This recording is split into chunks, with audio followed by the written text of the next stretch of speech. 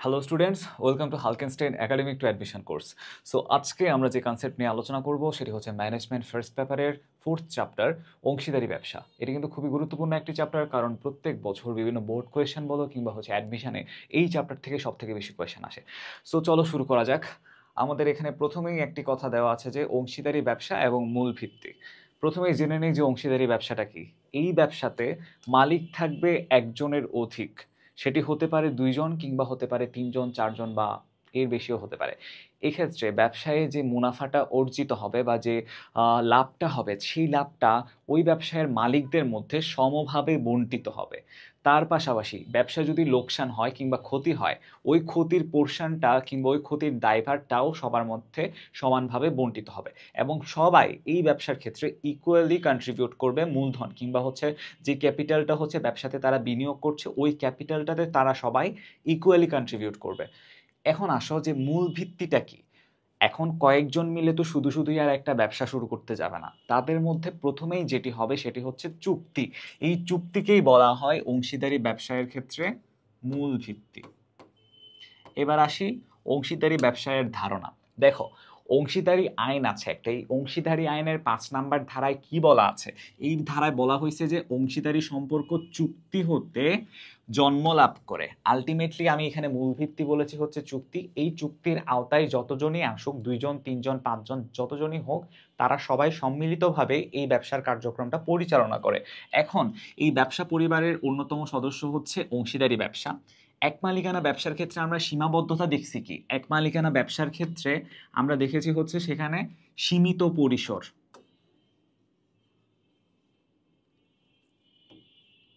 Sorry,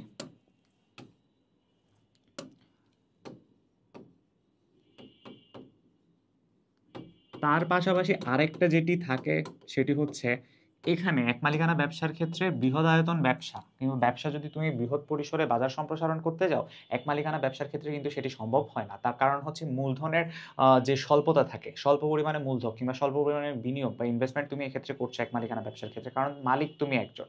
so যখন তোমার partners বাড়বে, আলটিমেটলি তখন হচ্ছে অধিক পরিমাণে তুমি বিনিয়োগ করতে পারছো, কাজে বাজার সম্প্রসারণের যে ব্যাপারটি সেটি তখন আরো সহজ হয়ে যায়। সীমিত পরিসর, তারপর হচ্ছে বাজার সম্প্রসারণে ব্যর্থতা।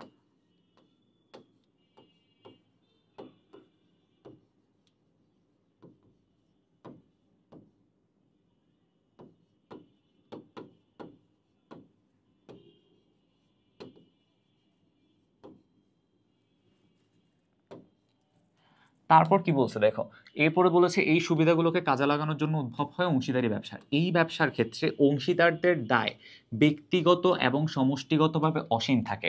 অসীম দায়ের যে কনসেপ্টটা হচ্ছে আমরা এক মালিকানা ব্যবসার ক্ষেত্রে দেখছি, সেখানে কি হয়েছে দেখো। এক মালিকানা ব্যবসার ক্ষেত্রে মালিক ছিল একজন, যদি লাভ হতো সেই লাভের ফুল পোর্শনটা ওই মালিক একাই ভোগ করতো, এবং যদি ক্ষতি হতো তাহলে সেই ক্ষতির সম্পূর্ণ দায়ভার বর্তাতো হচ্ছে ওই মালিকের উপর, মানে তাকে ওই ক্ষতির ফুল পোর্শনটাই হচ্ছে বহন করতে হবে। কিন্তু এখানে যেহেতু হচ্ছে আমার আহ অংশীদারি ব্যবসার মধ্যে মালিক 2 জন বা ততোধিক, সেক্ষেত্রে ওই ক্ষতির পোর্শনটাও কিন্তু তাদের মধ্যে ভাগ হয়ে যাচ্ছে, কিন্তু দায়টা আলটিমেটলি অসীম থাকছে। সো এক্ষেত্রে তুমি বলতে পারো যে ব্যক্তিগত কিংবা সমষ্টিগতভাবে, ব্যক্তিগতভাবে আমি যদি একজন অংশীদার হই কিংবা সমষ্টিগতভাবে যদি আমি হোল একটা অংশীদারি ব্যবসার কথা চিন্তা করে মনে করলাম যে হচ্ছে আমি একটা অংশীদারি ব্যবসা শুরু করব, আমি আমার অন্য 2 জন ফ্রেন্ডকে হচ্ছে এখানে ইনক্লুড করলাম, তাদের সাথে আমি একটা চুক্তি করলাম, ব্যবসাটা শুরু করলাম। এখন ব্যবসাটা সামহাউ লস হলো।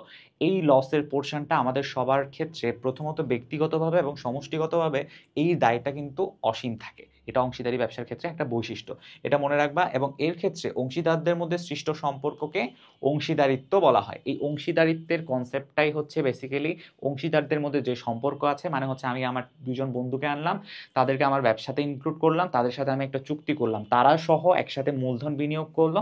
যদি লাভ হয় তাহলে লাভের পোর্শনটা 3 ভাগে ভাগ হবে, যদি ক্ষতি হয় তাহলে সেই ক্ষতির পোর্শনটাও 3 ভাগে 3 জনের মধ্যে বণ্টিত হবে। এটি হচ্ছে আমাদের অংশীদারি ব্যবসায়ের কনসেপ্ট।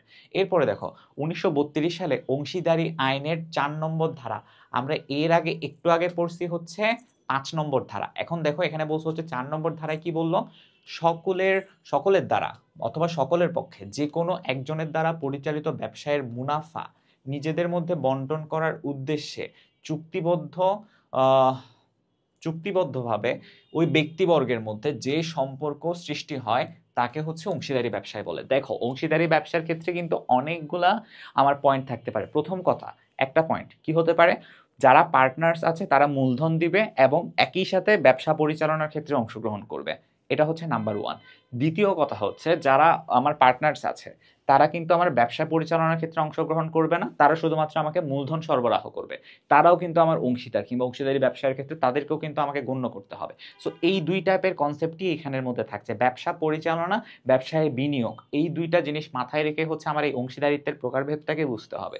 ঠিক আছে, তো এটা আশা করি আমরা বুঝতে পারলাম। তারপরে আসি, এরপরে বলছে কি, এই যে 1890 সালে ইংলিশ অংশীদারি আইনের 1 নম্বর ধারা, এই সালটা মনে রাখবা আর ধারাটা মনে রাখবে, এখান থেকে এমসিকিউ হলেও হতে পারে। তারপর হচ্ছে কি, মুনাফা অর্জনের উদ্দেশ্যে সাধারণভাবে পরিচালিত ব্যবসায় কতিপয় ব্যক্তি, দেখো এক মালিকানা ব্যবসার ক্ষেত্রে ব্যক্তি ছিল একজন, কিন্তু আমরা যখন বলি অংশীদারি ব্যবসা, ডেফিনেটলি সেখানে একজনের বেশি ব্যক্তি ইনক্লুডেড থাকবে। কতিপয় ব্যক্তির মধ্যে বিদ্যমান সম্পর্ককে অংশীদারি ব্যবসা বলে। আশা করি অংশীদারি ব্যবসার সংজ্ঞায়ন সম্পর্কে আমাদের কোনো আর কনফিউশন নেই। এবার আমরা যেটা দেখবো সেটা হচ্ছে অংশীদারি ব্যবসার ক্ষেত্রে সংগঠনের বৈশিষ্ট্যগুলা কি কি। প্রথমত আসে হচ্ছে সহজ সংগঠন। সহজ সংগঠন কেন হয় বা ইজি ব্যাপারটা কি, কেন আমরা বলছি, কেন ক্রাইটেরিয়াটা আমি ইজি রাখছি? প্রথম কারণ, এখানে কোনো লিগ্যাল এনফোর্সমেন্ট নেই। কারণটা দেখো, নো লিগ্যাল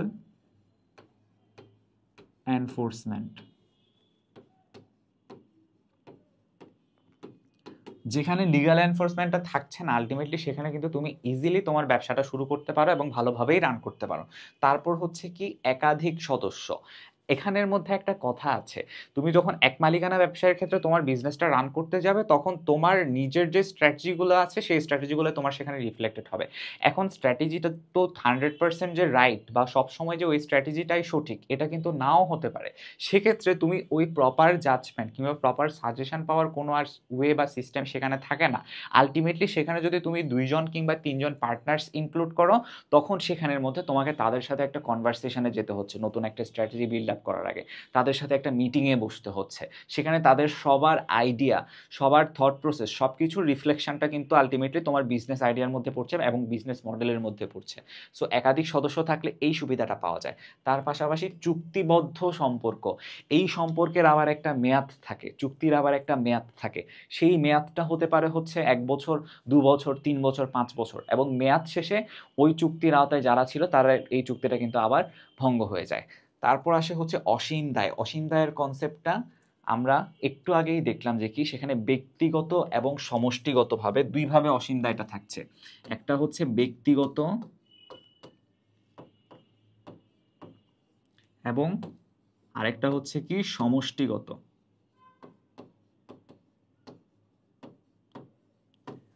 আর চুক্তিবদ্ধ সম্পর্কটা কথা বললাম হচ্ছে কি মেয়াদ ভিত্তিক।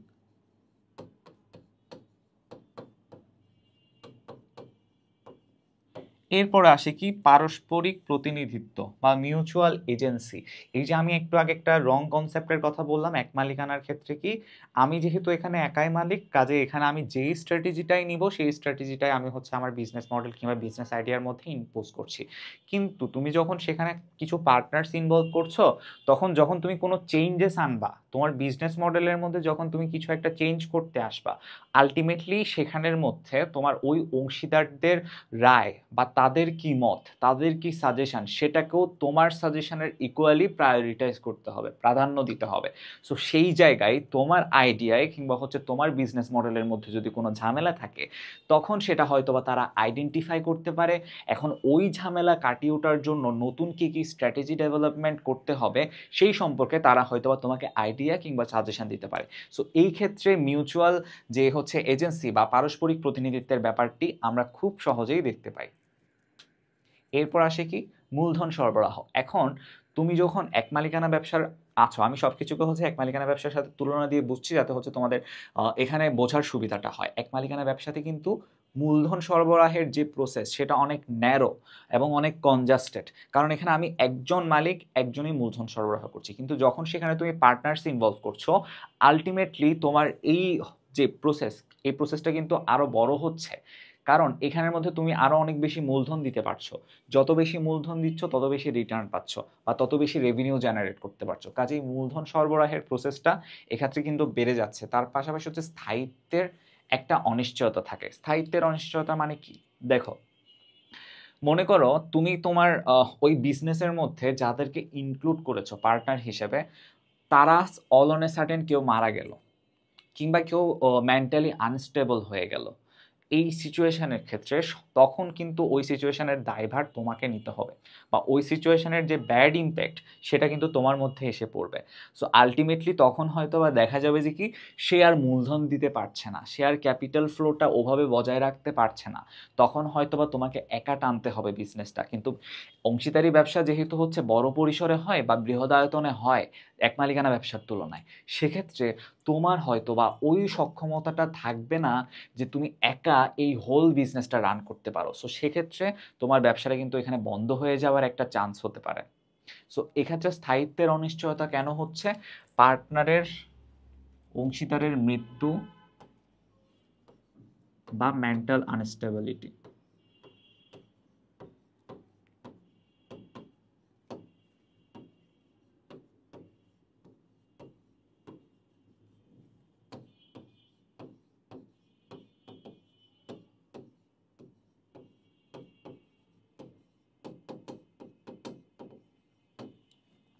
তারপরে কি থাকে দেখো, মালিকানার হস্তান্তর অযোগ্যতা। এখানের মধ্যে একটা ব্যাপার আছে। মনে করো হচ্ছে আমি একটা বিজনেসের মধ্যে ইনক্লুডেড হলাম, আমার ফ্রেন্ড আমাকে একটা বিজনেসের মধ্যে ইনক্লুড করলো, ঠিক আছে। এখন আমি যখন ওই বিজনেসটাতে গেলাম, তখন আমি ডেফিনেটলি হচ্ছে মূলধন সরবরাহ করছি।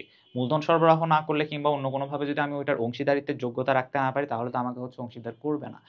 এখন মনে করো আমি মূলধন দিলাম, প্রথম বছর দিলাম, দ্বিতীয় বছর দিলাম, তৃতীয় বছরে এসে আমি একটা ইকোনমিক ক্রাইসিসের মধ্যে পড়লাম। আমি এখন এসে আর মূলধন দিতে পারছি না, আমার ইকোনমিক ওই সিচুয়েশনটা নাই, ওই কন্ডিশনটা নাই। তখন আমি চাইলে আর কাউকে আমার জায়গায় স্থানান্তরিত করতে পারবো না। অংশীদারিত্বের স্থানান্তরকরণ সেক্ষেত্রে সম্ভব হয় না। মানে আমি আর কাউকে বলতে পারবো না যে আমি এখন অংশীদার না, সে এখন অংশীদার। কারণ এখানে চুক্তিটা আমার সাথে হয়েছিল, চুক্তিটা তার সাথে হয়নি।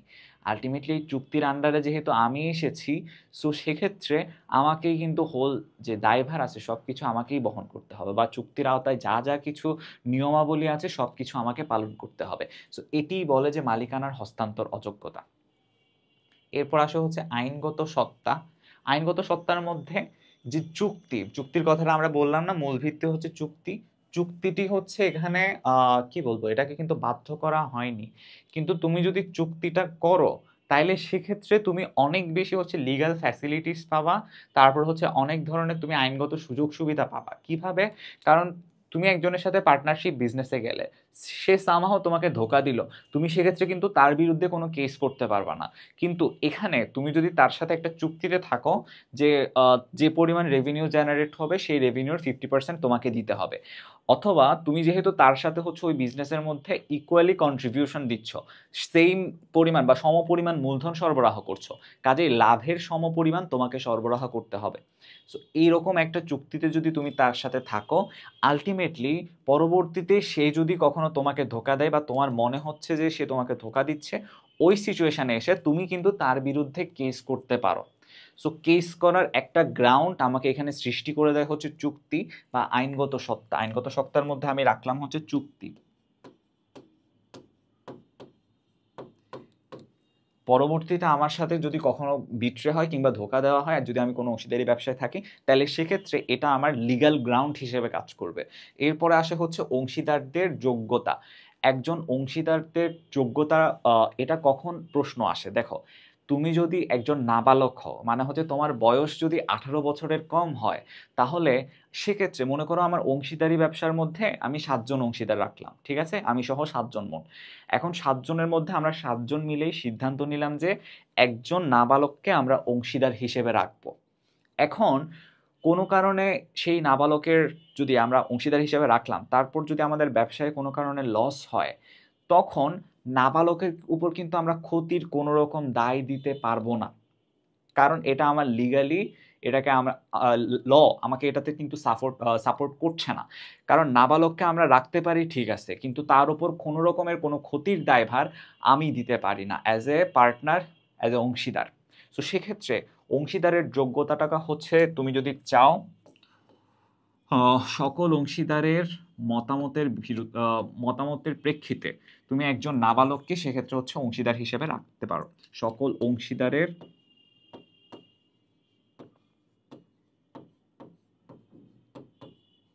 সম্মতির প্রেক্ষিতে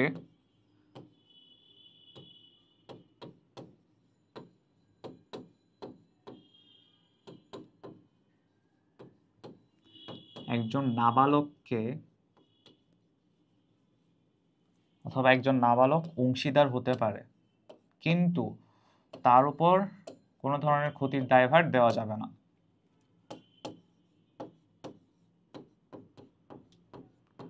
ক্ষতিপূরণের দায়ভার তার উপর দেওয়া যাবে না।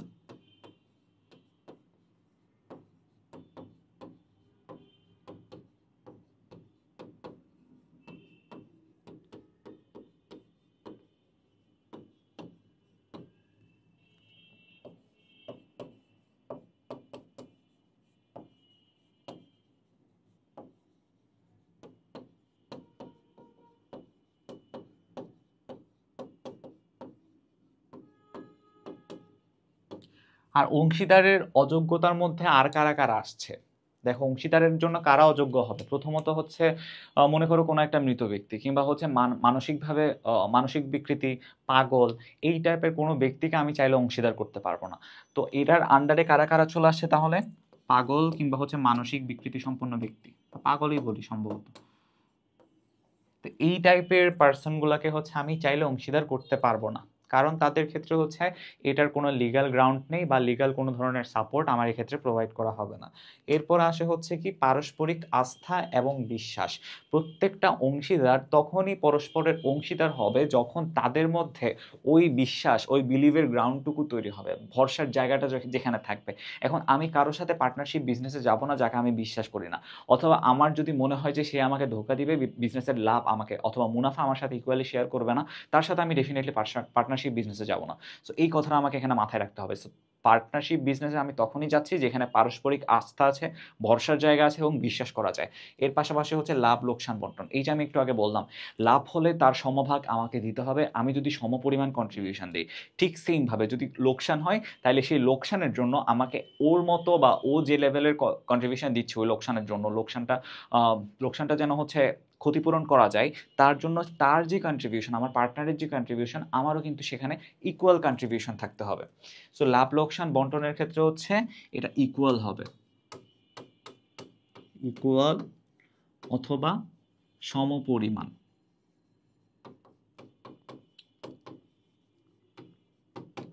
তারপরে থাকছে হচ্ছে পরিচালনা। এই পরিচালনার ব্যাপারটা একটু কনফিউজিং কেন? কারণ অংশীদারের অনেক প্রকারভেদ আছে যেগুলো আমরা সামনে করব, কিন্তু দেখবে যে কিছু অংশীদার শুধুমাত্র মূলধন সরবরাহ করে কিন্তু তারা পরিচালনামূলক কোনো কাজে অংশগ্রহণ করে না, কিন্তু তাদেরকেও অংশীদার হিসেবে বিবেচনা করা হয়। সো এরপরে আসে হচ্ছে নিবন্ধন বা রেজিস্ট্রেশন। এটি যদিও ম্যান্ডেটরি নয় বা এটি হচ্ছে বাধ্যতামূলক নয়, কিন্তু এটি একটি লিগ্যাল গ্রাউন্ড সৃষ্টি করে।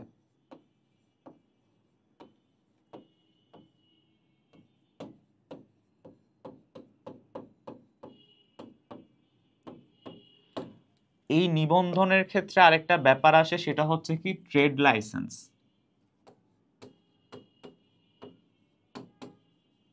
ট্রেড লাইসেন্সটা আমার কখন দরকার হচ্ছে? তুমি যখন পৌরসভা বা সিটি কর্পোরেশনে ব্যবসা করতে যাও।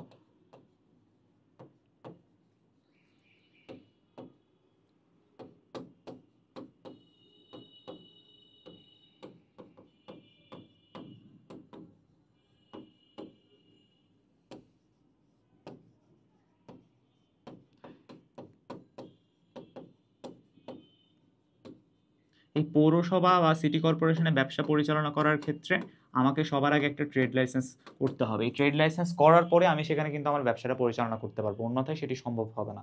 তারপরে আসি অংশীদারি ব্যবসায়ের অপরিহার্য উপাদানগুলো কি কি? প্রথমে যেটি আসে সেটি হচ্ছে চুক্তিবদ্ধ সম্পর্ক। আমি একটু আগে বললাম যে মূল ভিত্তিটা কি? চুক্তি। চুক্তিটা থাকলে সেখানে কিন্তু আমার লিগ্যাল গ্রাউন্ডটা থাকছে। অন্যথায় সেটি থাকছে না। এরপরে থাকছে হচ্ছে একাধিক সদস্য। যদি একজন সদস্য হয় তাহলে তো সেটা ডেফিনিটলি এক মালিকানা ব্যবসায়ের আন্ডারে চলে আসছে। এরপর আসে হচ্ছে বৈধ ব্যবসা। সেক্ষেত্রে কোনো মাদক, চোরাচালানি, তারপর হচ্ছে পাচার, এই রিলেটেড ব্যবসা কিন্তু হতে পারবে না। তার একটা লিগ্যাল এনফোর্সমেন্ট থাকতে হবে, আইনগতভাবে ব্যবসাটা বৈধ হতে হবে। ইল্লিগাল কোনো ধরনের বিজনেস এক্ষেত্রে রান করা যাবে না। তারপর হচ্ছে মুনাফা অর্জন এবং বন্টন। যে মুনাফাটা অর্জন করা হবে বা যে মুনাফাটা হচ্ছে আমার ব্যবসার মাধ্যমে অর্জিত হবে, সেই মুনাফাটাকে যে কন্ট্রিবিউশনটা দিয়েছে কিংবা আমার যারা পার্টনার আছে তারা কি কি পরিমাণ ইনভেস্ট করেছে বা তাদের অর্থের সমপরিমাণের অনুপাতে আমাকে সেক্ষেত্রে মুনাফাটা বন্টন করতে হবে। এরপরে আসে হচ্ছে পারস্পরিক প্রতিনিধিত্ব বা মিউচুয়াল এজেন্সি, যেটা আমরা একটু আগে দেখলাম যে কি অনেকজন মিলে যেখানে হচ্ছে কাজ করছে একসাথে, সেখানে তাদের আইডিয়াটা ইউনিক হওয়া কিংবা আগের চেয়ে ইফেক্টিভ বা এফিসিয়েন্সি লেভেলটা কিন্তু বাড়ানোর হিউজ একটা চান্স থেকে যায় সেক্ষেত্রে। সো এই পারস্পরিক প্রতিনিধিত্বের সুযোগ সৃষ্টি করে দেয় এই অংশীদারি ব্যবসা। এরপরে দেখো এখানে পারস্পরিক আস্থা এবং বিশ্বাস আছে, যেটা আমরা একটু আগেই দেখলাম। তারপর হচ্ছে ব্যবস্থাপনা পরিচালনা থাকছে, অংশীদারদের যোগ্যতা থাকছে। অংশীদারদের যোগ্যতার ব্যাপারটা আমরা দেখেছি যে কারা যোগ্য হতে হবে এক্ষেত্রে অংশীদারটা, সে পাগল হতে পারবে না, সে মৃত হতে পারবে না, তারপর হচ্ছে মেন্টালি আনস্টেবল হতে পারবে না। আর নাবালক যদি একজন অংশীদার হয় তাহলে সেই নাবালকের উপর ক্ষতির কোনো রকম দায় বর্তাবে না। তার মানে আমার বিজনেসের মধ্যে আমি যদি চাই আমার যারা অংশীদার আছে তাদের সকলের সম্মতির প্রেক্ষিতে আমি একজন নাবালককে আমার বিজনেসে অংশীদার করলাম, কিন্তু কোনো কারণে সামহাও আমার বিজনেসটা যদি ফেল করে তাহলে সেক্ষেত্রে যেই ক্ষতির পরিমাণটা হবে আমি নাবালককে ওই ক্ষতিপূরণের জন্য বাধ্য করতে পারবো না, আমার সেই রাইটটা নাই, এটা আমাকে ল দেয় না। তারপরে হচ্ছে অসীম দায়। অসীম দায়টা কীরকম? ব্যক্তিগতভাবে এবং সমষ্টিগতভাবে, এটা আমরা একটু আগেই দেখেছি।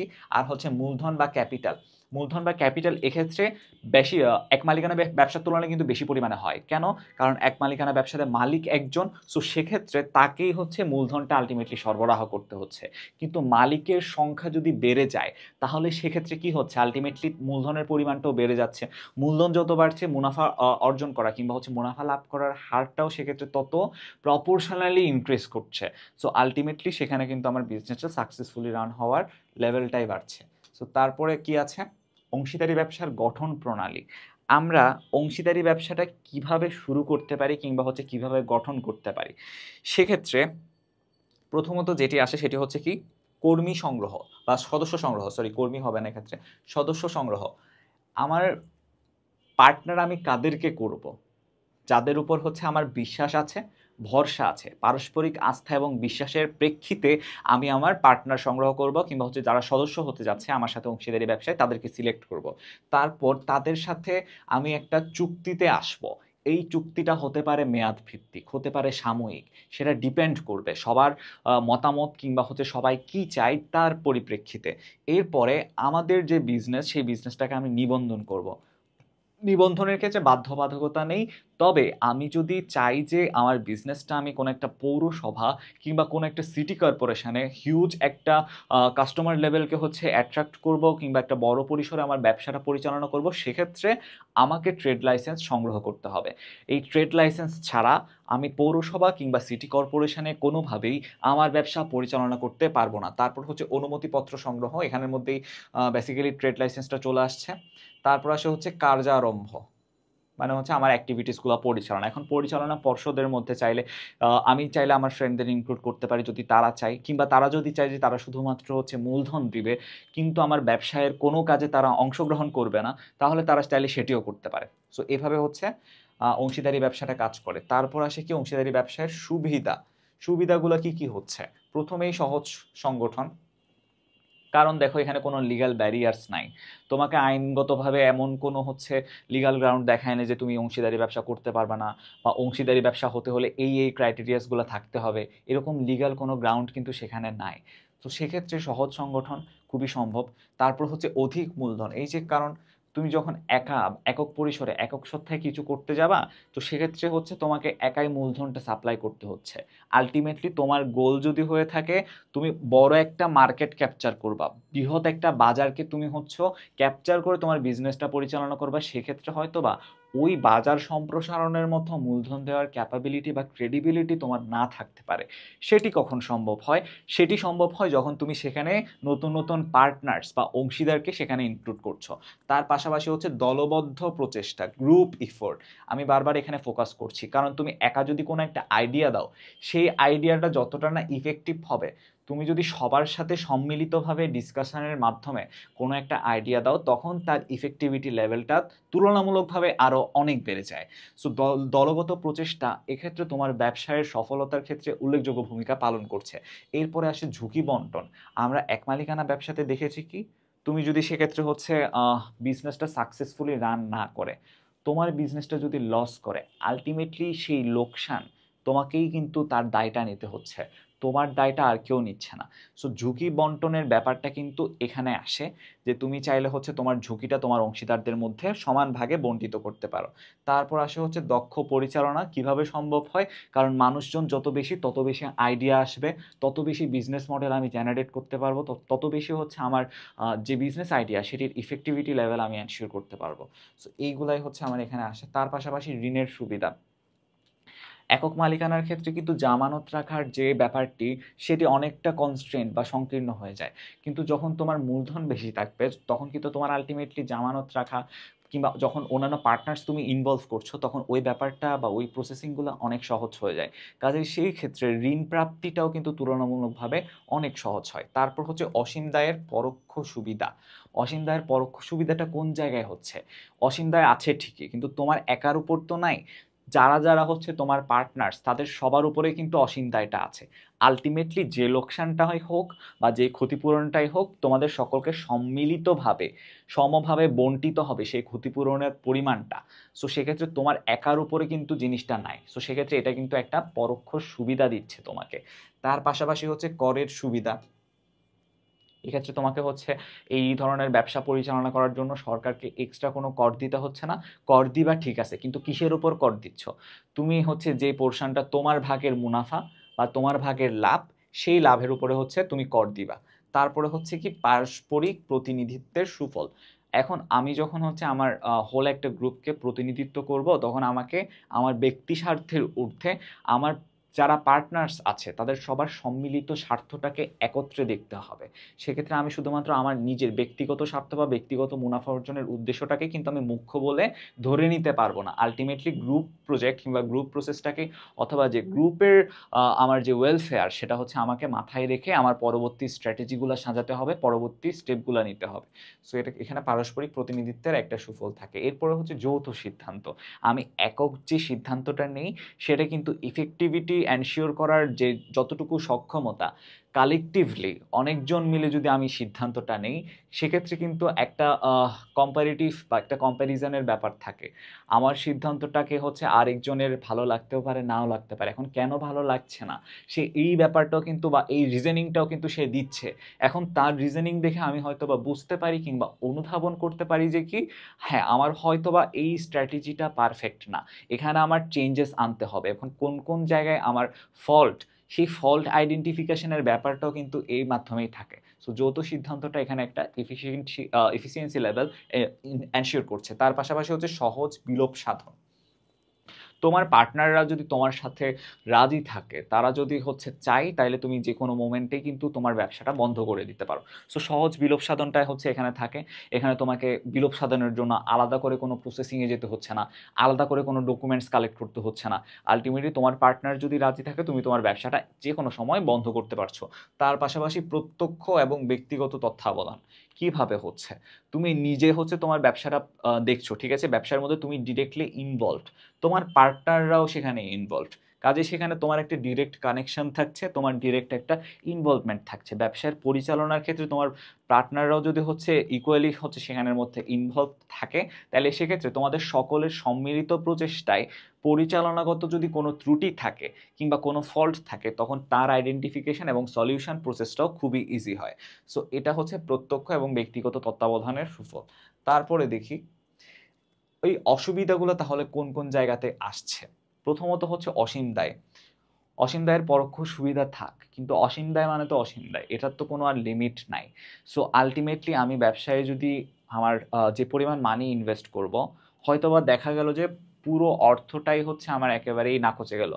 আমি যে পরিমাণ ইনভেস্ট করেছি সেটুকুও হয়তোবা আমার কাছে রিটার্ন আসবে না। সো এক্ষেত্রে দায়টা অসীম থাকছে। সেটা হোক ব্যক্তিগত পর্যায়ে, সেটা হোক সমষ্টিগত পর্যায়ে। কিন্তু অসীম দায় মানে অসীম দায়। তারপর হচ্ছে মূলধনের সীমাবদ্ধতা। আমি যদি হচ্ছে এখানে একটা কোম্পানি সংগঠন করি কিংবা একটা সমবায় সংগঠন করি, সেক্ষেত্রে কিন্তু আমার লোকজন আরো বেশি হচ্ছে।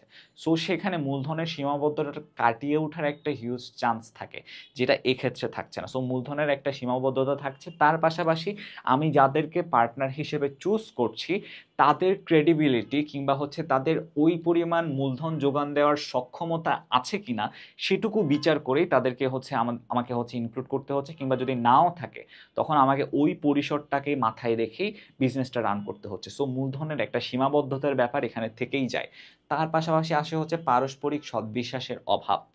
এখন আমি যাকে বিশ্বাস করে হচ্ছে আমি কোনো একটা বিজনেস প্রজেক্টের মধ্যে টাকা ইনভেস্ট করছি, সে যে 100% লায়েবল হবে বা তাকে যদি আমি 100% ভরসা করতে পারবো, তার কিন্তু কোনো এখানে গ্যারান্টি থাকে না।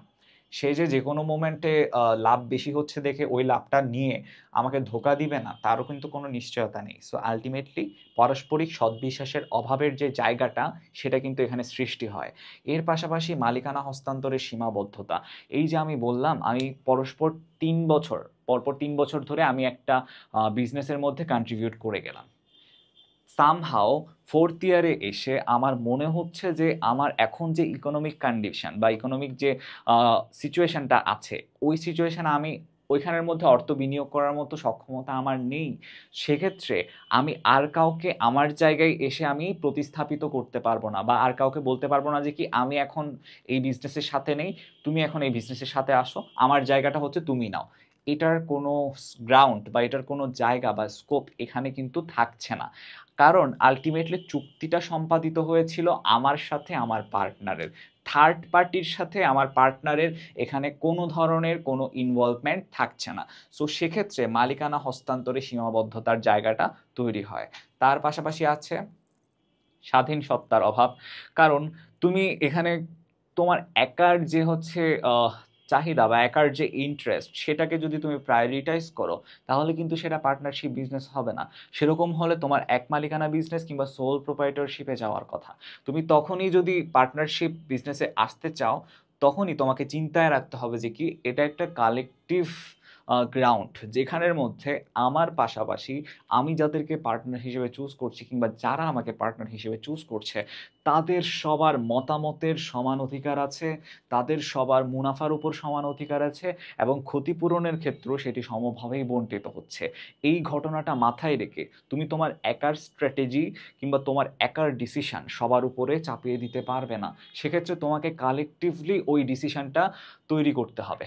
ওই ডিসিশনটাই আলটিমেটলি বাস্তবায়িত হবে, যেটি সকলের গণতান্ত্রিক মতামতের প্রেক্ষাপটে গঠিত। তারপর আসো স্থায়িত্বের অনিশ্চয়তা। কেন বললাম? কারণ কেউ যদি তোমার পার্টনার যদি অল অন এ সাডেন মারা গেল, তারপর হচ্ছে তার যদি সক্ষমতা হারালো, দেউলিয়া হয়ে গেল, মানসিকভাবে বিকৃত হয়ে গেল বা পাগল হয়ে গেল, তখন কিন্তু সে ওই পার্টনারশিপের গ্রাউন্ড থেকে সরে আসছে। কারণ পার্টনারশিপ হতে হলে তাকে ওইখানে কিছু না কিছু একটা বিনিয়োগ করতে হবে। হতে পারে সেটা মেধা বা শ্রম বিনিয়োগ করছে, হতে পারে হচ্ছে তার সুনাম দিচ্ছে, হতে পারে হচ্ছে তার যে মূলধন আছে সেই মূলধনটা দিচ্ছে। যখন হচ্ছে সে এরকম কোনো একটা সিচুয়েশনে বা এরকম কোনো একটা কন্ডিশনের আন্ডারে চলে যায় যে দেউলিয়া, মানসিক বিকৃতি কিংবা হচ্ছে মারা গেল, তখন ওই সিচুয়েশনে এসে সব দায় একা তোমার ঘাড়েই বর্তায়। আলটিমেটলি তখন হয়তো তোমার সক্ষমতা থাকবে না ওই বিজনেসটাকে একা হ্যান্ডেল করা। তো আলটিমেটলি কিন্তু তোমার ব্যবসাটা ওখানেই বন্ধ হয়ে যায়। এরপর আসে হচ্ছে সীমিত সদস্য সংখ্যা। সদস্য সংখ্যার একটা লিমিট আছে, ওই লিমিটের বাইরে যেতে পারবে না। তারপর সিদ্ধান্ত গ্রহণে বিলম্ব। যেহেতু অনেকজন আছে, সবার সিদ্ধান্তকেই প্রায়োরিটি দিতে হচ্ছে। সো আলটিমেটলি কালেকটিভ ডিসিশনটা আসতে সময় লাগে। এরপরে আসি অংশীদারি ব্যবসার অসুবিধা বা সীমাবদ্ধতার মধ্যে। তারপর আসে হচ্ছে, আচ্ছা এটা তো দেখেছি। তারপর আসা হচ্ছে পরিচালনায় জটিলতা। যেহেতু অনেকজনকে আমি ইনভলভ করছি, সেহেতু এখানে পরিচালনাগত একটা ত্রুটি থাকা কিংবা জটিলতা সৃষ্টি হওয়ার ব্যাপক সম্ভাবনা থাকে। জনগণের আস্থার অভাব। এটি কখন হয়? জনগণটা কখন আস্থা হারায়? মনে করো তুমি তোমার বিজনেসের মধ্যে এমন কাউকে ইনক্লুড করলা যার উপর জনগণের ভরসাই নেই, কিংবা সে এমন কিছু প্রোডাক্ট সাপ্লাই করেছে যাতে করে হচ্ছে জনগণের ক্ষতি হয়েছে, কিংবা হচ্ছে জনগণ ওইখান থেকে হচ্ছে অথেন্টিক যে প্রোডাক্ট তারা এক্সপেক্ট করেছিল পাবলিক, ওই প্রোডাক্টটা হচ্ছে সে দিতে ব্যর্থ হয়েছে। তখন তাকে যদি তুমি তুমি তোমার বিজনেসে ইনক্লুড করো তখন আলটিমেটলি কিন্তু জনসমর্থন হারানোর ব্যাপারটি এখানে থাকে। তারপর হচ্ছে গোপনীয়তার প্রকাশ, যেহেতু এখানের মধ্যে অনেকজন আছে, সবার কালেকটিভ ডিসিশনটা এখানে ম্যাটার করছে, সো এখানে গোপনীয়তা প্রকাশ পাওয়ার ব্যাপক একটা চান্স থেকে যায়। এরপর হচ্ছে অসম মুনাফা বন্টন। অসম মুনাফা বন্টনের ব্যাপারটা কখন আসে? এটা দুইটা গ্রাউন্ডে হতে পারে। প্রথম গ্রাউন্ডটা হচ্ছে, মনে করো তুমি যার সাথে পার্টনারশিপ বিজনেসে গেলে, সে হচ্ছে তোমাকে ধোকা দিল, ধোকা দিয়ে হচ্ছে ম্যাক্সিমাম পোর্শন অফ ইন্টারেস্ট সে রেখে দিল, তোমাকে মিনিমাম পোর্শনটা দিল। অথবা এটা এরকম হতে পারে মূলধনের বেসিসে, তুমি যে পরিমাণ মূলধন দিয়েছো সেই পরিমাণ তার অনুপাতে তোমাকে হচ্ছে মুনাফা দিবে। এখন তুমি যদি হচ্ছে 50% মুনাফা না দাও, তুমি যদি 30% মুনাফা দাও, তোমার ফ্রেন্ড যদি 70%, সরি, তুমি যদি 30% মূলধন দাও, তোমার ফ্রেন্ড যদি 70% মূলধন দেয়, তাহলে মুনাফার হিসাবটা তো ওভাবে 30-70 হিসাবেই হবে।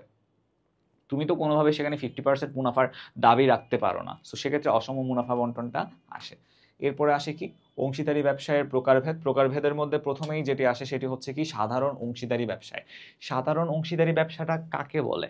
প্রথমত দেখো, যে অংশীদারি ব্যবসায় সকল অংশীদারের দায় দায়িত্ব সীমাহীন থাকে, সীমাহীন দায় আছে, 1 নাম্বার কন্ডিশন সকল অংশীদারের, তাকে সাধারণ অংশীদারি ব্যবসায় বলে। সাধারণ অংশীদারি ব্যবসায় দুই প্রকার।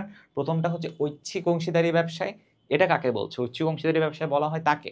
এই প্রকার ব্যবসায়, অংশীদারি ব্যবসায় সময় বা স্থায়িত্বকাল অংশীদারগণের ইচ্ছার উপর ডিপেন্ড করে। মানে আমি যদি অংশীদার হয়ে থাকি, আমি যদি ডিসিশন নেই যে আমি 3 বছরের জন্য তোমার সাথে ব্যবসাতে পার্টনার হিসেবে থাকবো, সেটা যদি আমার ডিফাইন করার রাইট থাকে, তাহলে আমি এক্ষেত্রে ঐচ্ছিক অংশীদার।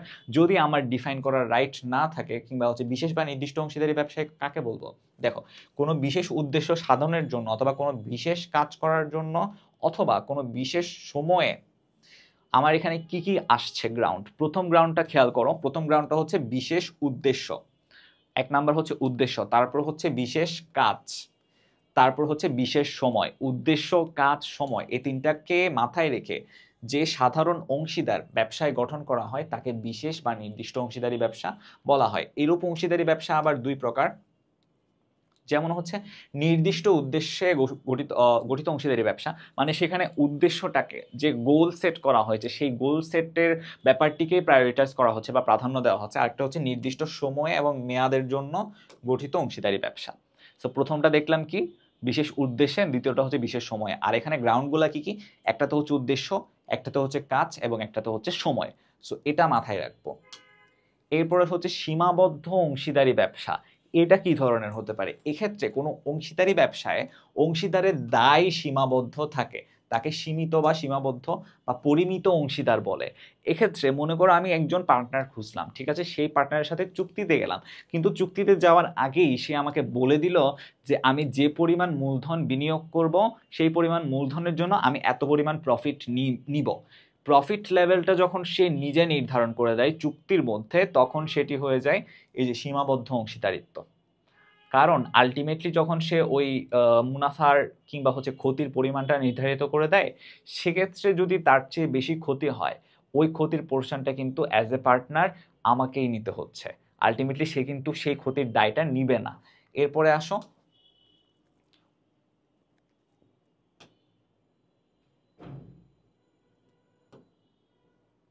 এরপরে হচ্ছে অংশীদারি ব্যবসার চুক্তিপত্র, যে চুক্তিটি হচ্ছে অংশীদারি ব্যবসার মূল ভিত্তি হিসেবে আমরা সকলেই দেখি।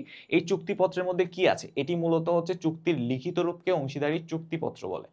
এখন চুক্তিটা দুইভাবে হতে পারে, প্রথমটা হচ্ছে লিখিতভাবে হতে পারে, অথবা হচ্ছে মৌখিকভাবে হতে পারে।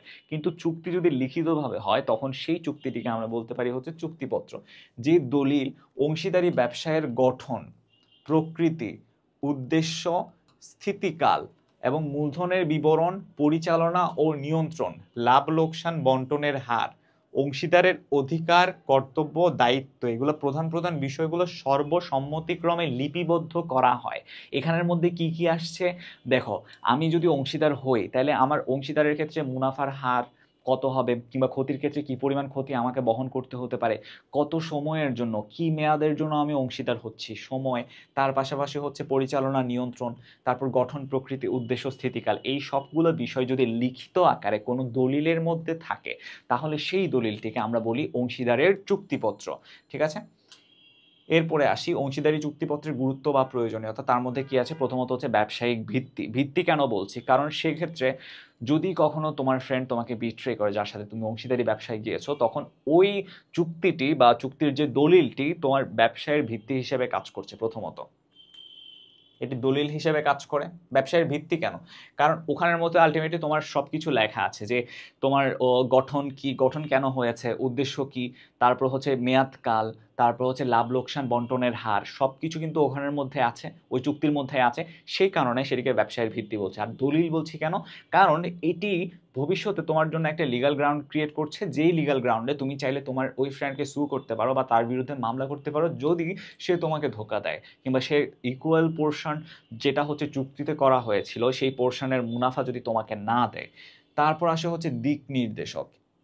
দেখো, এই যে চুক্তিপত্রটিতে আমাদের উদ্দেশ্যটা নির্ধারণ করা থাকে, উদ্দেশ্য নির্ধারিত থাকে চুক্তিপত্রে।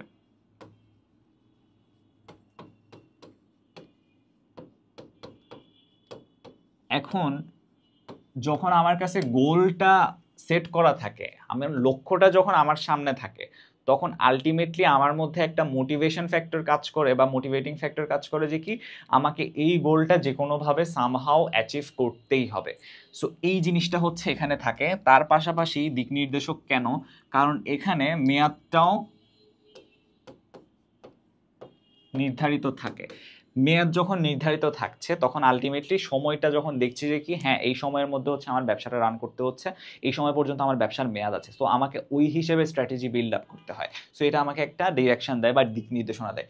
তারপর হচ্ছে বিবাদ মীমাংসা। কোনো কারণে মনে করো তুমি পার্টনার, তোমার অন্য একটা পার্টনারের সাথে কোনো কারণে হচ্ছে তোমার বিবাদ হয়ে গেল, এখন সেই বিবাদ মীমাংসার একটা গ্রাউন্ড এই দলিলটা সৃষ্টি করে দেয় বা এই অংশীদারি চুক্তিটা কিন্তু সৃষ্টি করে দেয়।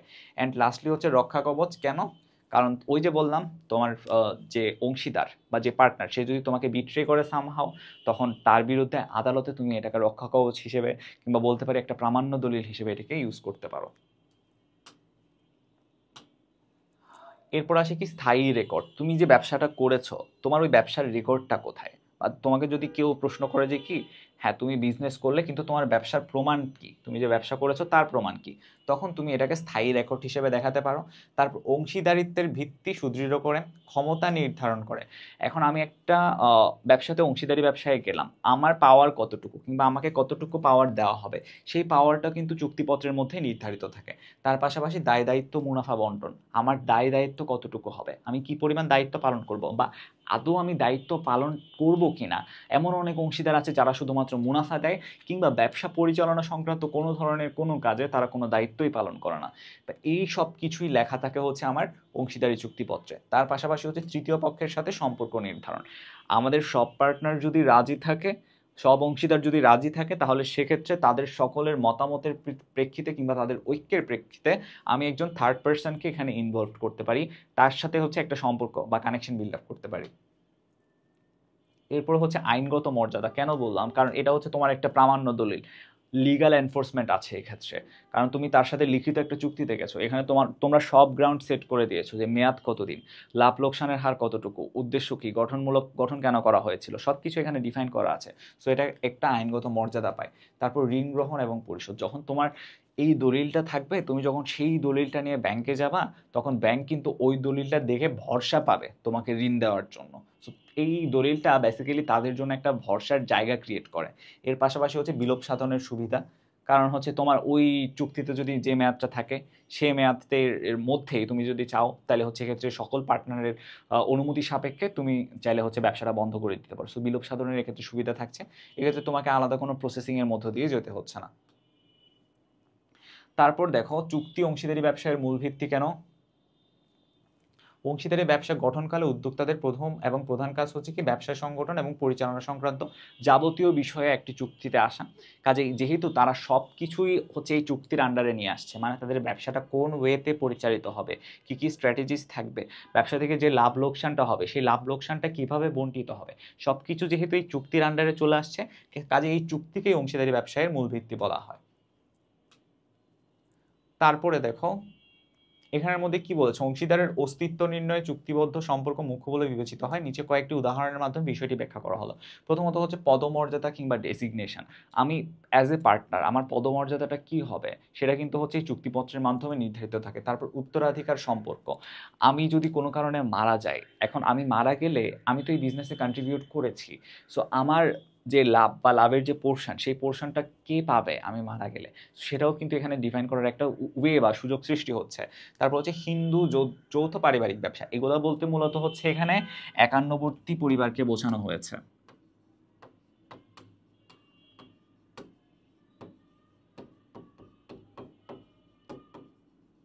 পরিবারের সকল সদস্যের সম্মিলিত অংশগ্রহণ যেখানে নিশ্চিত হয়।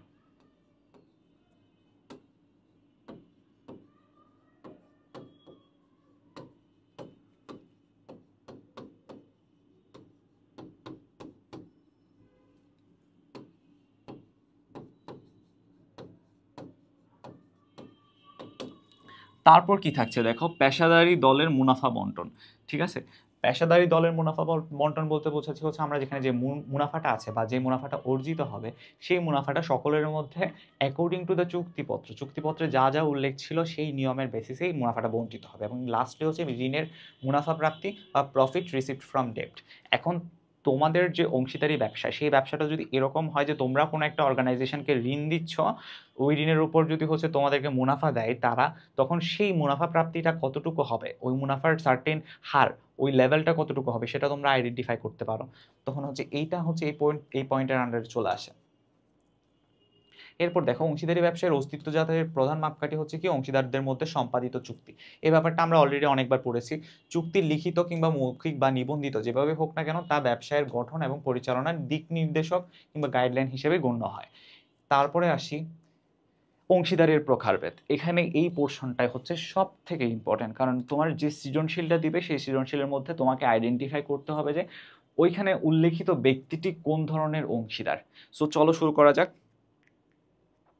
প্রথমেই যেটি আসে সেটি হচ্ছে কি সাধারণ অংশীদার বা সক্রিয় অংশীদার।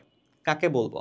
যে অংশীদার চুক্তি অনুযায়ী অংশীদারি ব্যবসায় মূলধন বিনিয়োগ করে, ব্যবসা পরিচালনায় সক্রিয়ভাবে অংশগ্রহণ করে, লাভ লোকসানের ভাগ নেয়, ব্যবসায়ে দেনার জন্য যৌথভাবে দায়ী থাকে, তাকে সাধারণ বা সক্রিয় অংশীদার বলে।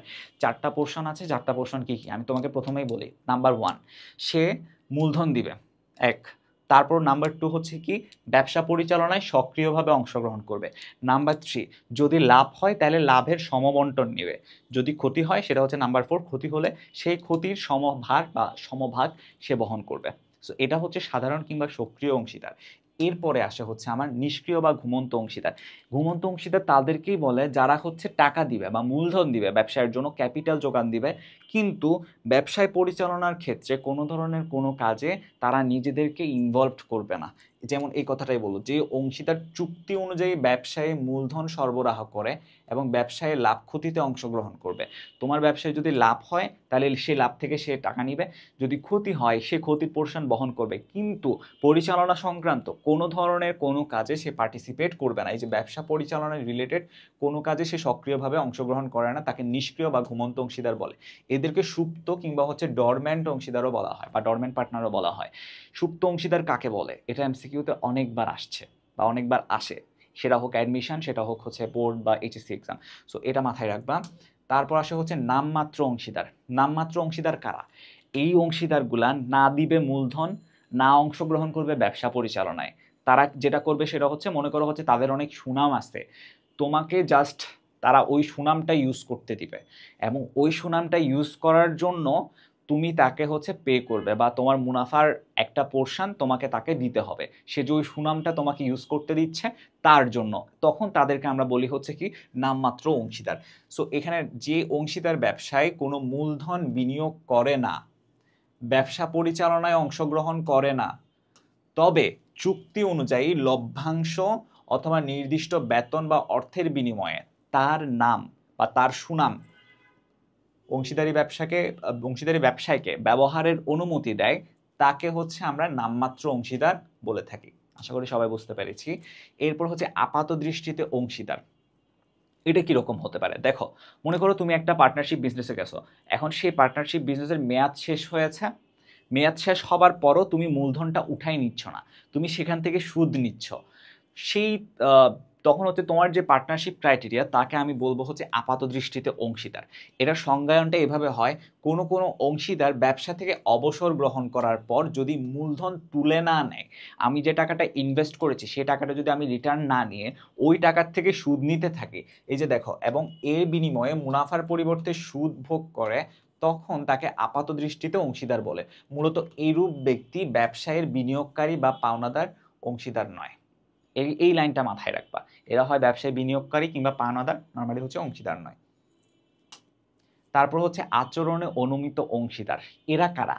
এরা হচ্ছে ব্যবসায় কোনো মূলধন দিবে না, কিন্তু তাদের হাবভাব, আচার আচরণ বা বাহ্যিক প্রকাশভঙ্গি এরকম হবে যে যেন হচ্ছে তারা ওই ব্যবসায়ের অংশীদার, অথচ কিন্তু তারা কোনো মূলধন বিনিয়োগ কিংবা পরিচালনার কাজে অংশগ্রহণ করছে না। তখন তাদেরকে আমরা বলবো হচ্ছে কি আচরণে অনুমিত অংশীদার।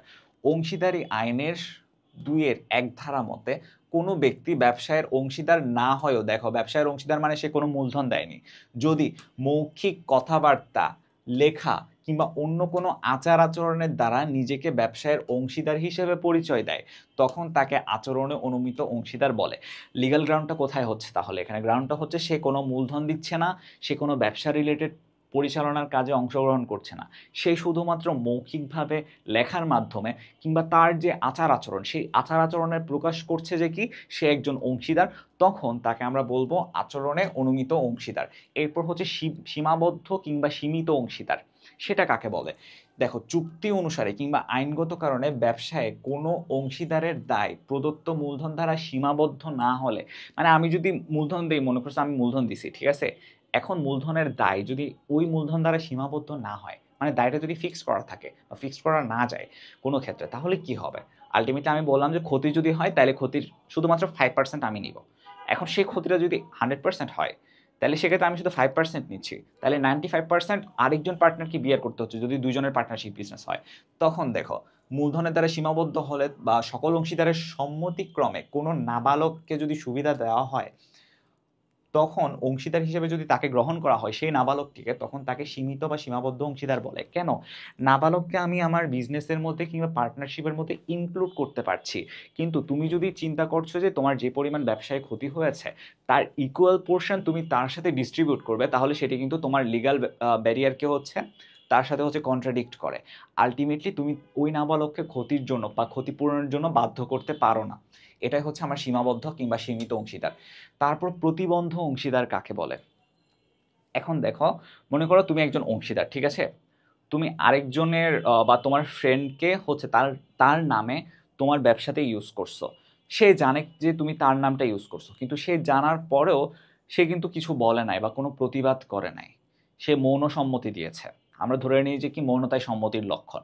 তখন আলটিমেটলি সেও কিন্তু অংশীদার হয়ে যায়, তখন তার অংশীদারিত্বের যে প্রকারভেদ সেটি চলে আসে এই প্রতিবন্ধ অংশীদারের মধ্যে। যদি ব্যবসায়ের কোনো অংশীদার বা সকল অংশীদার কোনো ব্যক্তিকে ব্যবসায়িক স্বার্থে ব্যবসায়ের অংশীদার হিসেবে পরিচয় দেয়, দেখেছো, এবং উক্ত ব্যক্তি তা জেনেও মৌনতা অবলম্বন করে, তখন তাকে প্রতিবন্ধ অংশীদার বলে। আশা করি সবাই বুঝতে পেরেছি। এরপরে আসে হচ্ছে মুনাফাভোগী। মুনাফাভোগী অংশীদার কারা? যেসব অংশীদার চুক্তির শর্ত অনুযায়ী শুধুমাত্র ব্যবসায়ের লভ্যাংশ ভোগ করবে, কিন্তু ব্যবসাতে যদি ক্ষতি হয় কোনো কারণে সেই ক্ষতির দায়ভার তারা বহন করবে না, সেই ধরনের যে অংশীদার বা পার্টনার্স তাদেরকে আমরা বলি মুনাফাভোগী বা অংশীদার। মানে তারা যদি লাভ হয় শুধুমাত্র লাভটা নেবে, কিন্তু যদি ক্ষতি হয় সেই ক্ষতি থেকে তারা কোনো ধরনের দায় নিবে না, বা ক্ষতিপূরণের জন্য তাদের উপর কোনো ধরনের দায় যেন বর্তানো না হয়। এরপরে আসে হচ্ছে কি কর্মী অংশীদার। কর্মী অংশীদাররা কি করে? তারা কোনো ধরনের মূলধন দেয় না, কিন্তু তারা তাদের মেধা এবং তাদের শ্রম দেয়। মেধা এবং শ্রমকে হচ্ছে তাদের যে গ্রাউন্ড কিংবা হচ্ছে ব্যবসাতে হচ্ছে কাজে লাগায়, এবং হচ্ছে সেখানে ব্যবসা পরিচালনার কাজে সেটিকে ইউজ করে। তো তাদেরকে হচ্ছে আমরা কর্মী অংশীদার বলি। দেখো সংজ্ঞাটা, যখন কোনো ব্যক্তি ব্যবসায় মূলধন বিনিয়োগ করে না, বরং তার নিজস্ব শ্রম, দক্ষতা ও নৈপুণ্য ব্যবসায় নিয়োজিত করে এবং এর বিনিময়ে ব্যবসাতে লাভ ক্ষতিতে অংশগ্রহণ করে, তখন তাকে কর্মী অংশীদার বলে। সো কর্মী অংশীদারের ব্যাপারটা আশা করি ক্লিয়ার। মূলধন দিবে না, কিন্তু হচ্ছে নিজের শ্রম, নৈপুণ্য, দক্ষতা দিবে। এরপর হচ্ছে নাবালক অংশীদার। কোনো নাবালক অংশীদারি ব্যবসায় অংশীদার হতে পারে না সাধারণত। এর কারণ হলো সে চুক্তি সম্পাদনের যোগ্য নয়। তারপরও আমি চাইলে তাকে কিন্তু বিজনেসে রাখতে পারছি যদি আমার অন্যান্য পার্টনারদের আপত্তি না থাকে। সেক্ষেত্রে ক্ষতি হলে সেই ক্ষতিপূরণের দায়ভার থেকে তাকে আমি কোনোভাবেই সেই ক্ষতিপূরণের জন্য তাকে আমি বাধ্য করতে পারি না। এটা হচ্ছে আমার লিগ্যাল গ্রাউন্ড থেকে আসে। এরপরে হচ্ছে কি দেখো, অংশীদারি নির্বাচনের ক্ষেত্রে বিবেচ্য বিষয়গুলো কি কি। প্রথমত হচ্ছে চুক্তি সম্পাদনের যোগ্যতা। যাকে আমি অংশীদার বলবো তার ওই ক্যাপাবিলিটিস বা ক্রেডিবিলিটিস থাকতে হবে যে সে আমার অংশীদার হওয়ার জন্য যোগ্য।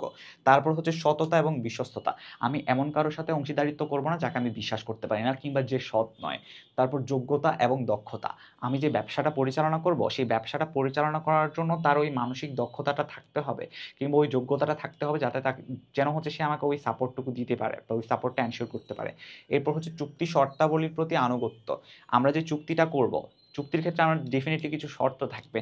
এখন সেই শর্তগুলো হচ্ছে আমাদের দুইজনকে মিউচুয়ালি সেট করতে হবে। এখন সেই সেট করা শর্তের প্রতি তাকে আনুগত্য প্রদর্শন করতে হবে কিংবা আমি যদি অংশীদার হই আমাকে ডেফিনেটলি সেক্ষেত্রে আনুগত্য প্রদর্শন করতে হবে। আর্থিক সচ্ছলতা থাকতে হবে। এই যে বললাম দেউলিয়া, তারপর হচ্ছে কোনো কারণে যদি আমি ব্যর্থ হই অর্থ প্রদান করতে, মুনাফা দিতে, মুনাফা না সরি মূলধন দিতে, তাহলে সেক্ষেত্রে হচ্ছে আমি অংশীদার হতে পারবো না। অংশীদার হওয়ার জন্য আমাকে আর্থিক সচ্ছলতাটা থাকা দরকার। তারপর হচ্ছে সদস্য সংখ্যা। অংশীদারি বিজনেস যেহেতু সেক্ষেত্রে অবশ্যই একের অধিক সদস্য সংখ্যা হবে এবং সাধারণ স্বার্থের প্রতি অনুগত্য। আমি এখানে আমার ব্যক্তিগত স্বার্থকে প্রায়োরিটাইজ না করে কম্পারেটিভ কিংবা কালেকটিভ যদি কোনো স্বার্থ থেকে থাকে তখন সেটিকে মুখ্য উদ্দেশ্য হিসেবে আমাকে দেখতে হবে। তারপর দেখো অংশীদারি ব্যবসার বিলোপ সাধন প্রক্রিয়া। প্রথমত চুক্তি অনুসারে অংশীদারদের সর্বসম্মতিক্রমে বিলোপ সাধন। যদি আমার পার্টনাররা সবাই চায় তাহলে আমি চাইলে আমি ব্যবসাটা বন্ধ করে দিতে পারি যে কোনো সময়। তারপর বাধ্যতামূলক বিলোপ সাধন। বাধ্যতামূলক বিলোপ সাধনটা কখন হতে পারে, যেমন হচ্ছে তোমার পার্টনার যদি মারা যায়, তারপর দেউলিয়া হয়ে যায়, তারপর কোনো কারণে যদি সে মেন্টালি আনস্টেবল হয়, এই সমস্ত ক্ষেত্রে হচ্ছে এটা আসে। তারপর হচ্ছে বিশেষ ঘটনা সাপেক্ষে বিলোপ সাধন। বিশেষ ঘটনার মধ্যে এগুলো চলে আসে। এরপর হচ্ছে বিজ্ঞপ্তি দ্বারা বিলোপ সাধন। বিলোপ সাধনের আগে তুমি চাইলে তোমার সবগুলো পার্টনারকে একটা একটা করে বিজ্ঞপ্তি দিতে পারো যে কি আমি আমার ব্যবসাটা বন্ধ করতে যাচ্ছি বা বিলোপ সাধন করতে যাচ্ছি। এভাবে বিলোপ সাধন যদি হয়ে থাকে তাহলে সেটি হচ্ছে বিজ্ঞপ্তি দ্বারা বিলোপ সাধন। তারপর আদালতের নির্দেশে বিলোপ সাধন। তোমার আহ, ওই বিজনেসটা কোনো কারণে যদি হচ্ছে লিগাল কোনো গ্রাউন্ডের সাথে কন্ট্রাডিক্ট করে বা মনে হয় যে হচ্ছে তোমার আইনভঙ্গ হয়েছে বা এই রিলেটেড কিছু যদি ইস্যু থাকে তখন আদালত নির্দেশ দেয় যেন কোম্পানিটা কিংবা হচ্ছে তোমার বিজনেসটা বন্ধ করে দেওয়া হয়, তখন সেক্ষেত্রে বিলোপ সাধনটা আসে। এরপরে আসে কি, এরপর হচ্ছে একটা সৃজনশীল আসে। চলো সৃজনশীলটা পড়ে নেওয়া যাক। মিস্টার বাইরন একজন ইঞ্জিনিয়ার। তিনি তার বন্ধু করিম সহ আরও 10 জন বন্ধু মিলে একটি ব্যবসা প্রতিষ্ঠান গড়ে তুলেছেন। মিস্টার বাইরন বলেন তিনি ব্যবসা পরিচালনায় অংশ নিতে পারবেন না। দেখো, তিনি ব্যবসা পরিচালনায় অংশ নিতে পারবেন না এবং বিনিয়োগের অতিরিক্ত দায় গ্রহণ করবেন না। তবে বছর শেষে প্রতিষ্ঠানের হিসাব নিরীক্ষার কাজটি করবেন। সর্বসম্মতিক্রমে জনাব করিমকে প্রতিষ্ঠান পরিচালনার দায়িত্ব দেওয়া হয়। পরবর্তীতে একজন প্রভাবশালী দেনাদার 50,000 টাকা না দেওয়ায় জনাব করিম তা আদায়ে সমর্থ হন।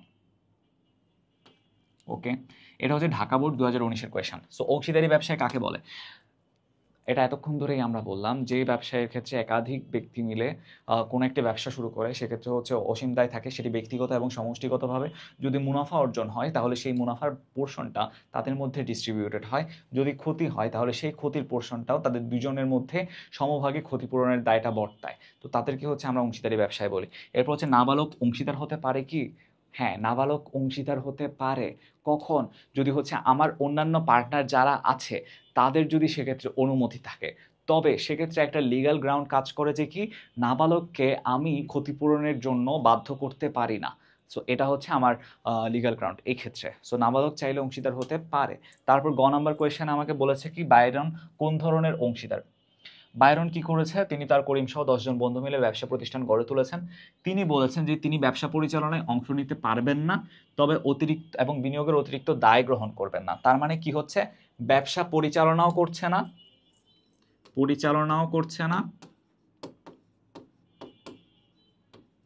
ও বিনিয়োগ করছে না।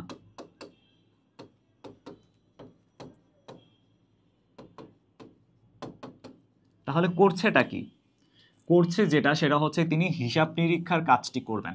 তার মানে তিনি তার মেধা, দক্ষতা, শ্রম ও নৈপুণ্যতাকে কাজে লাগাচ্ছে। যার প্রমাণ আমরা দেখতে পেয়েছি কোথায়, পরবর্তীতে একজন প্রভাবশালী দেনাদার 50,000 টাকা না দেওয়ায় জনাব করিম তা আদায়ে সমর্থ হন। দেখো, তাইলে তাকে আমি কি বলতে পারছি, সে কিন্তু কোনো মূলধন সরবরাহ করছে না, তারপরও যদি কোনো ক্ষতি হয় তারও কোনো দায় নিচ্ছে না, সে শুধুমাত্র তার দক্ষতা দিচ্ছে, শ্রম দিচ্ছে এবং নৈপুণ্যতাকে কাজে লাগাচ্ছে। আলটিমেটলি সে হয়ে যাবে আমার কর্মী অংশীদার।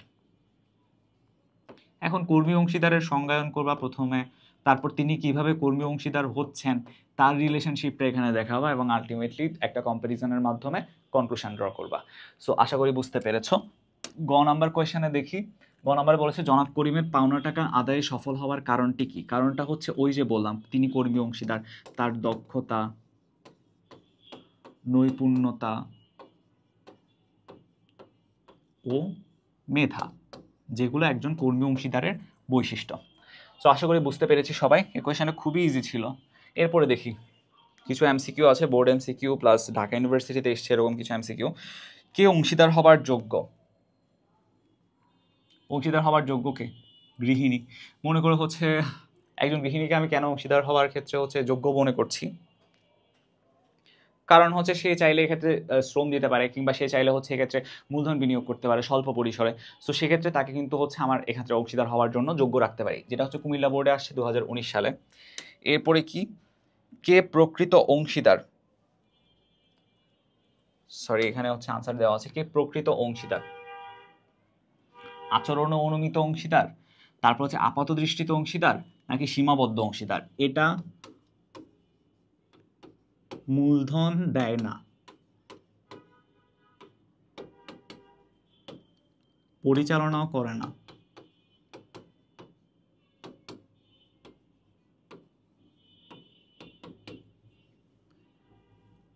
এটা এই ক্ষেত্রেও সেম, এই ক্ষেত্রেও সেম। কিন্তু নামমাত্র অংশীদার কি করে? এরা কিন্তু মূলধন দেয়।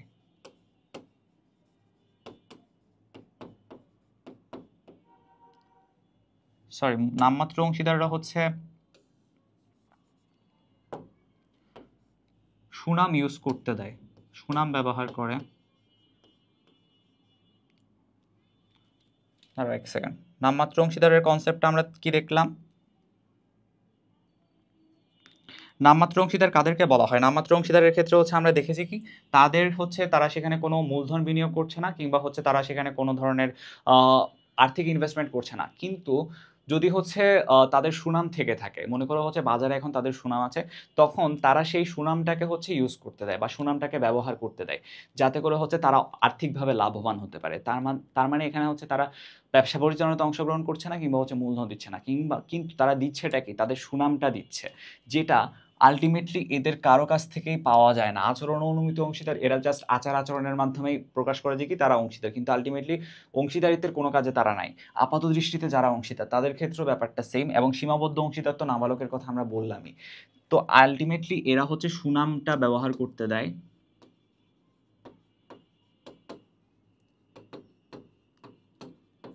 সেই কারণে আমি নামমাত্র অংশীদারকে প্রকৃত অংশীদার বলতে পারি।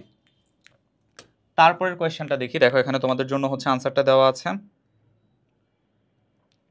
এরপরের কোয়েশ্চেনটা হচ্ছে কি, ব্যবসায়ের মুনাফা কিভাবে বন্টন করা হয় ও ক্ষতি অংশীদার, ব্যবসায়ের ক্ষতি এবং মুনাফা কিভাবে বন্টন করা হয় অংশীদারদের মধ্যে? কোয়েশ্চেনটা হচ্ছে একটু কনজাস্টেড লাগছে হয়তো বা এখানে। দেখো, এটা কিভাবে বন্টন করা হতে পারে? আমরা জানি কি, এক মালিকানা ব্যবসায়ের ক্ষেত্রে হচ্ছে যে মুনাফা কিংবা যে ক্ষতির পোর্শনটা ছিল সেটা সম্পূর্ণরূপে একজন ব্যক্তির উপরে বর্তাতো, কিন্তু যেহেতু এটা অংশীদারি ব্যবসা, অংশীদারি ব্যবসার ক্ষেত্রে সেটা হোক মুনাফা, সেটা হোক হচ্ছে তোমার ক্ষতি, তার যে দায়ভার কিংবা তার যে হোল পোর্শন সেটা সবার মধ্যে ইকুয়ালি ডিস্ট্রিবিউটেড হবে। ক্ষতি হলে সেই ক্ষতির দায়ভারটাও সবার মধ্যে সমভাবে বন্টিত হবে। সো আলটিমেটলি এটা ডিফাইন করা থাকে কোথায়? চুক্তিপত্রের মধ্যে সেটা ডিফাইন করা থাকে। চুক্তির শর্ত অনুপাতে এটা নির্ধারিত হবে।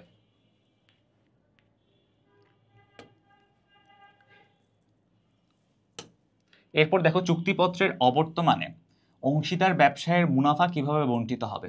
চুক্তিপত্র যদি সেখানে না থাকে তাহলে আমার যে মুনাফাটা সেটা কিভাবে বা কোন হারে বণ্টিত হবে সেটা আমাকে ডিফাইন করতে হবে একভাবে, সেটা হচ্ছে সমহারে। সমহারটা মানে কি, আমার যতগুলো পার্টনার্স আছে তাদের সবার ক্ষেত্রে আমার মুনাফা ডিস্ট্রিবিউশনটা ইকুয়াল পোর্শনে হতে হবে।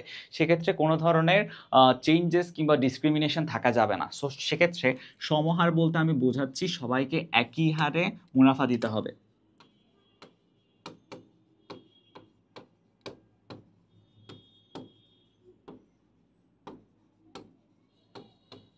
এটা যশোর বোর্ডের কোয়েশ্চেন।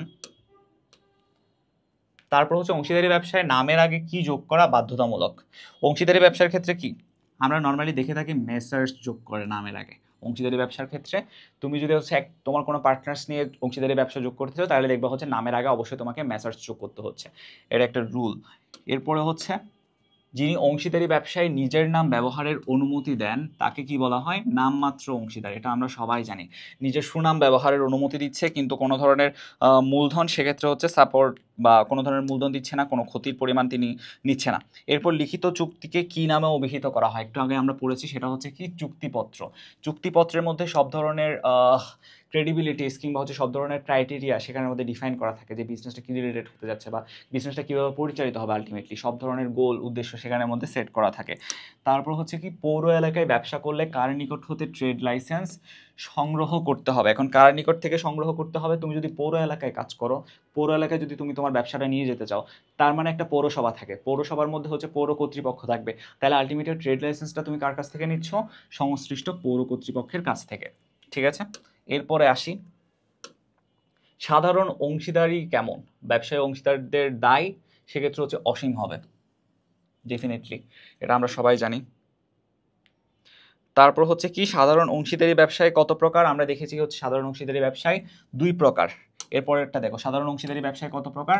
আমরা একটু আগে দেখেছি হচ্ছে ঐচ্ছিক অংশীদার, তারপর হচ্ছে অন্যান্য ধরনের প্রকার ভিত্তিক, বিশেষ কাজে বিশেষ সময়ের জন্য বিশেষ উদ্দেশ্যের জন্য অংশীদার হয়ে থাকে। সো অংশীদারি ব্যবসা হচ্ছে সাধারণ অংশীদারি ব্যবসা 2 প্রকার। এরপরে সাধারণ অংশীদারি ব্যবসা একজন অংশীদারের জন্য সাধারণ অংশীদারি ব্যবসা একজন অংশীদারের দায় কত?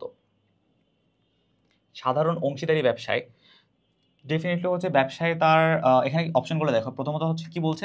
মুনাফা পর্যন্ত সীমাবদ্ধ, তারপর মূলধন পর্যন্ত সীমাবদ্ধ, তারপর বলছে হচ্ছে প্রতিশ্রুত মূল্য পর্যন্ত সীমাবদ্ধ, তারপর হচ্ছে ব্যবসায় তার পাওনা পর্যন্ত সীমাবদ্ধ, ব্যক্তিগত সহায় সম্পদ পর্যন্ত সীমাবদ্ধ। কিন্তু সাধারণ অংশীদারের যে সংজ্ঞায়ন সেটা আমাকে বলে যে কি ব্যবসায় পরিচালনায় অংশগ্রহণ করবে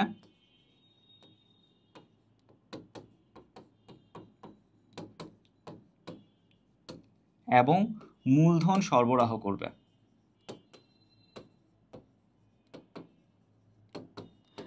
তাইলে আলটিমেটলি তার দায়টা বর্তাচ্ছে কতটুকু পর্যন্ত? মূলধন পর্যন্তই হচ্ছে সেটা সীমাবদ্ধ থাকছে। সো এটাকে আমরা বলতে পারি হচ্ছে মূলধন পর্যন্ত সীমাবদ্ধ। সো এরপরে দেখি, যখন কোনো অংশীদারি কারবারের কোনো নির্দিষ্ট স্থায়িত্বকাল থাকে না, স্থায়িত্বকাল যদি না থাকে তখন তাকে আমরা কি বলি?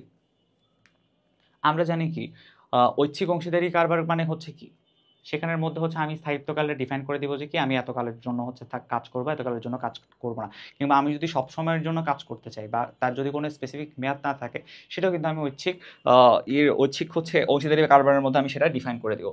এখানের মধ্যে যখন কোনো অংশীদারি কারবারের কোনো নির্দিষ্ট স্থায়িত্বকাল থাকে না, তখন তাকে বলা হয় হচ্ছে ঐচ্ছিক অংশীদারি কারবার।